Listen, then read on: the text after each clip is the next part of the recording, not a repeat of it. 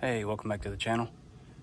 In this video, we're going to be working on the 2023 Ram Limited. It's a 1500. So it has the stock airbox right now, and it does have the e-torque. And my previous Bighorn 1500 I had did not have the e-torque on it. And I'm pretty sure the Ram AirFlow that I previously had on my old truck should fit on this one. I think we'll still have enough clearance. The e-torque doesn't stick up as much as I thought it did. So these are the tools we're gonna need. Just get you some vice grips. This right here will be to take out all of the pins, and got a long extension with a 10mm and an 8mm. These are your brackets. Got a little bit of hardware we're gonna put in.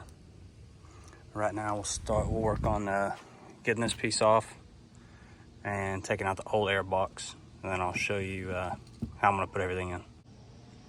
So this tool right here works really good on these little pins right here. Just pop it up a little bit. Well, that one came all the way out. You can just pull it out pretty easy. And it's also just as effective to use a flathead. But I ended up buying a kit and it came with this, so it comes in handy.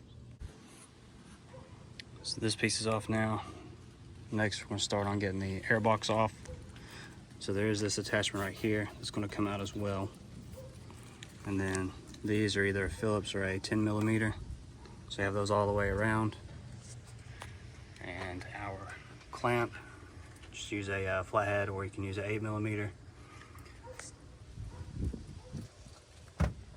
And then these spots right here, you can see down in there, that's going to have to come out. And I believe that one's a 10mm. But I have the vice grips, or you can use a wrench, but you have to hold that piece right there. It's connected to it. And that's on both sides. So that'll have to come out. I'll have to disconnect my line here, which runs under there. That's why we got to remove that. And I'll also have to take the mass airflow sensor out of the stock one, which is right here. So I was thinking this was more secured in here. You actually don't have to take these off to get the airbox out. Really the only thing that holds it is this, and of course the clamp on the other side. And this piece right here, pretty easy to disconnect. You just push in on one end and it'll disconnect. So with the e-torque being in the way, you can't really get vice grips in there if that's what you're going to use. That's what I was going to do. End up going and getting some wrenches, but that is going to be a 1/2 inch, and it'll go in right about there. So there's the cover off. There's also 2 pins right there for guides whenever you put that top piece back on. And we got this completely removed. This end right here goes right there. So our new one, this piece right here is what's going to go in place of that.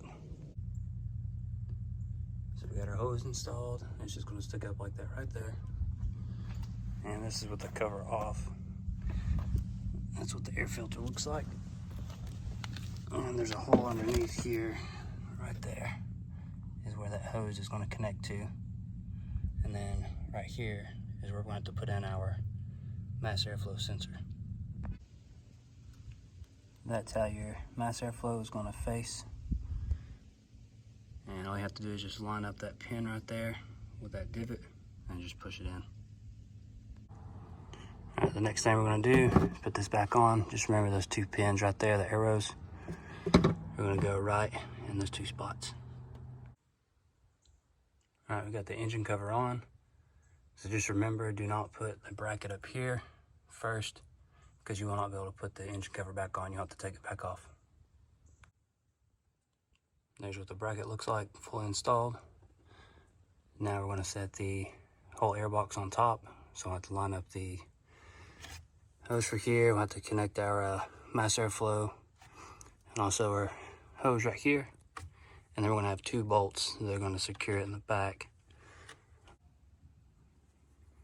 And also you're going to have to put something here. So as you can see, that one has it installed already. I already put it in. But this is the part. Goes in like that right there. There's 2 little sides that'll pinch together. Just gotta push it down in there and it'll secure. Also, I forgot to mention, once you take these pins out of here, those two spots where the bracket goes, make sure you keep those because you're going to need it for the new cover up front here. Alright, we got everything down in there pretty good. Just make sure you tighten up your clamp, connect your hose and your connector for your mass airflow. You got 2 bolts, they're going to go right there, connects to that bracket. The only thing left before we throw the cover on the air box is install 2 bolts right here. Alright, so for throwing on the cover, you just got 3 little grooves right there. They're going to connect right up here up front.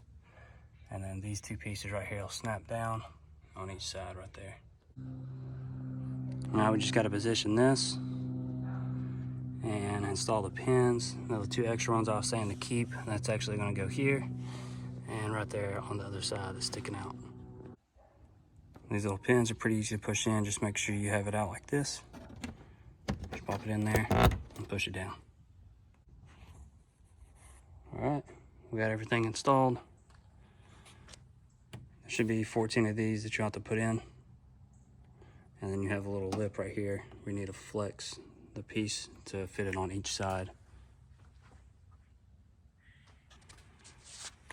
Definitely looks a little different whenever somebody's looking under the hood. I mean, it's not a show truck or anything, but it still looks pretty cool to have it, and it sounds really good. I'm gonna do a drive on it, probably be tomorrow. I got some stuff I got to finish up before starting a work week again. It looks like it does clear the e-torque pretty good amount, enough to where it's not touching it.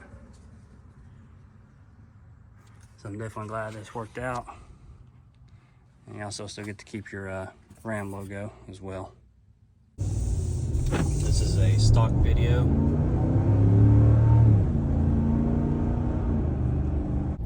Alright, so I'm gonna try one more acceleration video from stock. The road's a little bit more dry.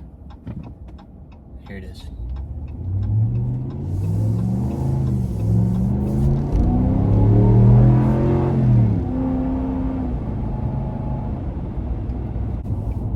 Keep in mind before you hear the sound clips, none of these are wide open throttle. Still waiting to get a little more miles on the vehicle first. So none of these are past. I don't think they're past like 4.5, 5,000. Alright, so it's early in the morning. Give it a new go around.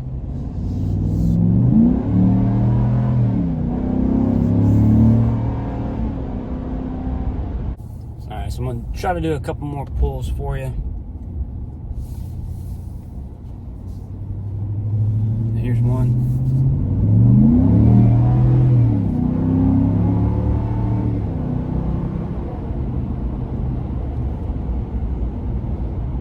So I'm hoping the video is actually capturing. You can definitely hear a lot more of the engine now. Now my last truck, I put the Ram AirFlow on after an exhaust. So the exhaust was so loud you couldn't really hear, but since I still have stock exhaust on this one, you can definitely tell a pretty good difference. Alright, so I wanted to do a little test on the air intake without the cover on top. So this is with the air filter more exposed to see if there's a little more sound. Here we go.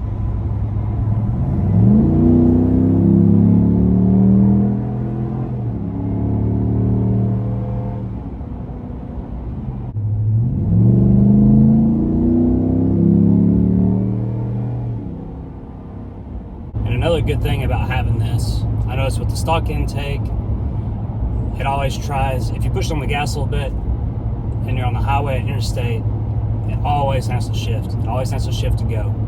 Now with this one, it doesn't shift quite as much. When you actually push the gas a little bit, it won't shift, but it'll still go. And that's definitely a big plus in my opinion. Alright, so that's going to wrap it up for today's video. Definitely want to get an exhaust for this. My last truck, it had a Flowmaster Outlaw on it. Still had the resonators. So if any of you own Rams right now and you have an exhaust on it, feel free to comment on what you have. Then I'll try to look up some sound clips and stuff, see if I like it.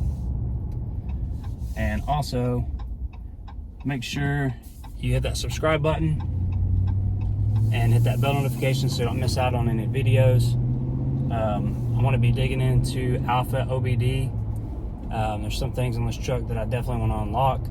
I know I can unlock the performance pages for it, and I believe the off-road pages as well. I'm hoping that I can select both of those and have them unlocked so I can actually go in and view them. And I do want to cover, in my last truck, I never did a video on it, but I put limited seats in my Bighorn and had the heated and ventilated seats, all of it working good. The driver and passenger were both full power. Everything was basically plug and play. And I just had to use Alpha OBD to go into the system and tell the vehicle that it had the upgraded seats in it. I will also put the part number for the Ram AirFlow in the comments below.